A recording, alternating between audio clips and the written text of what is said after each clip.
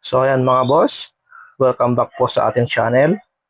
Bali ang gagawin naman natin ngayon ay troubleshooting. I-repair naman natin itong 15 inches na speaker. I-test muna natin itong ating tester. Yan, okay naman. Pumapalo naman siya. Bali, naka-range na po siya dati sa times 1. Dapat tutunog ito kung okay yung speaker. Yun nga lang, open po siya. Yan, wala po siyang hindi pumapalo. So, ibig sabihin, baka sa terminal merong putol or pwede rin mismo sa winding na kanyang voice coil, meron po siyang putol. Pag nagkataon, palitan po natin ang buo na yan. Siya nga pala mga boss, baka naman pwedeng paki-like dahil malaking tulong para sa aming mga content creator. Ulitin ko mga boss, para clear na makita ninyo. Wala talaga. Pasensya na, baliktad po ang ating camera. Dapat tutunog na yan pagka naka times 1. Pero wala. Open talaga. Kaya i-check natin sa loob. So tanggalin natin ang kanyang dust cap para makita natin sa loob. Ano kaya ang nangyari sa voice coil niya mga boss? Bale, bagong bili lang ito ng ating customer. Ganito na ang nangyari. Bakit kaya? Malalaman natin mamaya anong nangyari dito. Grabe ang nangyari sa voice coil niya mga boss. Kumalas yung mga winding niya. So malamang na overdrive ito. Bale, baklasin na natin itong voice coil para mapalitan natin ng panibago. Dapat ang ilagay natin ay yung original pa rin na voice coil para yung dating tunog niya babalik. Ang winding po pala nito mga boss, in out po siya. Bale, tanso yung original po ito na voice coil. Bale, bagong bili lang ito mga boss. Itong first week lang ng January nakuha sa amin ng customer. Bale, one set po ito. Isang pares na 15 inches na speaker. Saka meron po siyang amplifier. Aminado naman yung ating customer na talagang na-overdrive siya. Ang kwento niya, yung kanyang operator, bale naka full volume siya,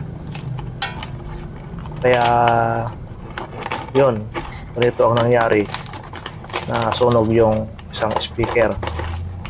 Buti na lang yung isang speaker lang ang nasunog, yung tweeter na dalawa, tapos yung isang speaker hindi nadali. Buti na lang isang piraso. Pag nagkataon, mostly pag ganon, pag naka full volume siya dun sa master volume niya, karamihan almost sunog lahat. Pero ganun man ang nangyari, i-repair natin dahil part po yan ng serbisyo natin sa customer.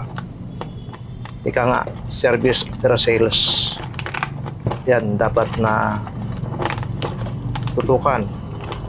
Kasi nga, yan yung isang bagay na yung pinaka-support natin sa customer. Pagka maganda yung service mo, babalik at babalik sa'yo, nabibili ulit yan. Kailangan ng patience sa pagtanggal. Yan, mahirap tanggalin mga boss. Yung kanyang winding talagang bumuka na siya. Yan, natanggalan natin. Yan siya mga boss. nasunog siya ng itim. Grabe ang nangyari. Bale, gagamit tayo ng liha mga boss. Kailangan nating lihain yung kanyang glue na tumigas para yung ipalit natin na voice coil, papasok po siya. Kailangan na yung pagtanggal natin sa mga glue na tumigas, hindi masyadong masobrahan. Kasi pagka masyadong masobrahan, maluwag yung voice coil na ilalagay natin. So, pagka yung kakapit lang glue, may tendency na madaling masira. So, dapat yung pinaka-bilog ng cone sa gitna, dapat mag-fit siya dun sa voice coil. Yung pagliha ko dyan sa butas na pasukan niyang voice coil mga boss, umabot siguro ng kulang-kulang 20 minutes. So, kailangan na nating i-skip yung iba para hindi mahaba. Ito na po pala yung ilagay natin na voice coil niya mga boss. Labas sa kaloob yung kanyang winding. So bago natin siya ilagay, tanggalin muna natin, kiskisin natin yung carbon niya para kapag i-solda natin mamaya dun sa kanyang terminal, dudugtong natin, maganda po ang kanyang kapit.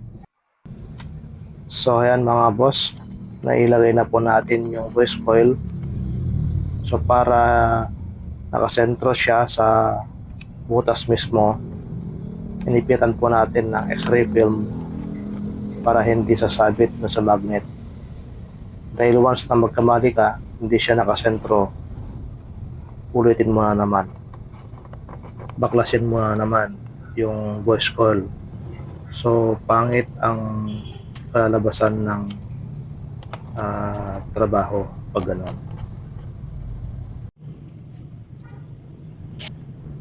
Dahil sigurado na tayo na naka-align ng maigi yung voice coil, pwede na nating lagyan ng clear epoxy para kumapit ng maigi.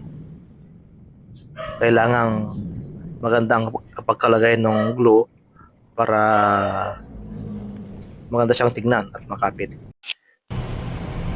So, pwede na nating tanggalin yung kanyang x-ray film na plastic. Talagang matigas na yung kanyang epoxy dahil kagabi pa natin nailagay. Double check natin mga boss kung wala ba siyang sayad. So mukhang okay naman siya. Isolda na rin natin yung dalawang terminal niya, yung positive saka negative. So kailangan natin lagyan ng excess yung kanyang terminal para iwas pigtas. I-tester natin siya ulit mga boss.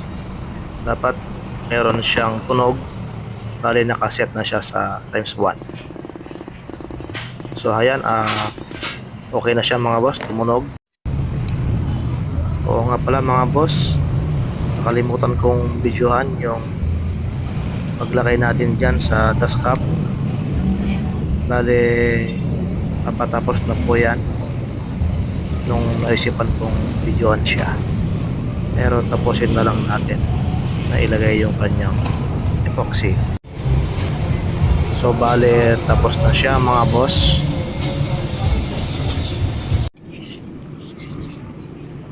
Bale kumpletuhin na lang natin mga boss, ilagay na natin ito sa kanyang bubble box, tapos i-testing natin mamaya kung katulad din yung kanyang dating tunog ba.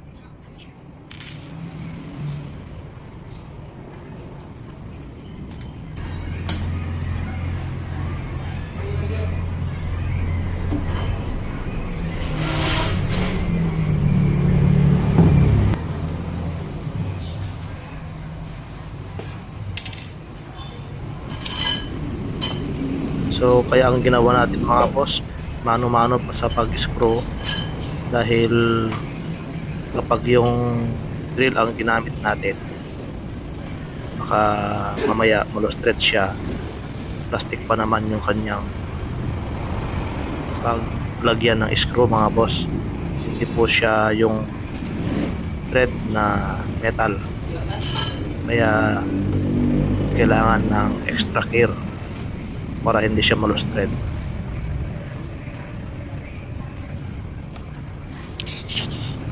Tapos ang panghuli mga boss, itong kanyang grill or cover. Ang pag-repair sa speaker mga boss, kailangan talaga ng pasensya. Hindi